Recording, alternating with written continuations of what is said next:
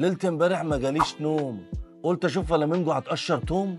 يلا بينا. جينا بقى للكبه 3 لتر من فلامينجو، برضو الاستانلس 304 من انقى انواع الاستانلس، صحي جدا، 3 سرعات، شيك جدا زي ما انتم شايفين، ونازل معاها مقشره التوم الكاوتش اللي ما بتفرمش توم، بتقشر التوم بس، زائد الخافق مع السلاح. وطبعا اللي جاي من الموتور معدن والسلاح معدن، مستحيل يبوظ. وكمان السلاح نازل الاخر عشان ما نقلبش اي حاجه، وبتفرم لحمه وبتفرم فراخ، بتفرم اي حاجه. الكبه بقى اللي طحنت اللحمه قدامنا دي خليتها كريمه 800 واط. 800 واط يعني 800 واط. ليله امبارح ما جاليش نوم، قلت اشوف فلامينجو هتقشر توم. يلا بينا. راس توم اهي، ننزل بيها كده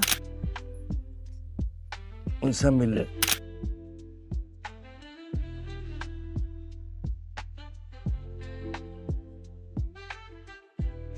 وحاول اختي ما تبقيش متواصله الضرب، يعني كده 1 2. بص يا باشا، بص،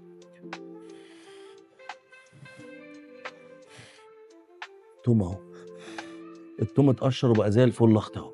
بص الجمال بجد بقى، وبصراحه مع فلامينجو مفيش موضوع. للجودة أصول.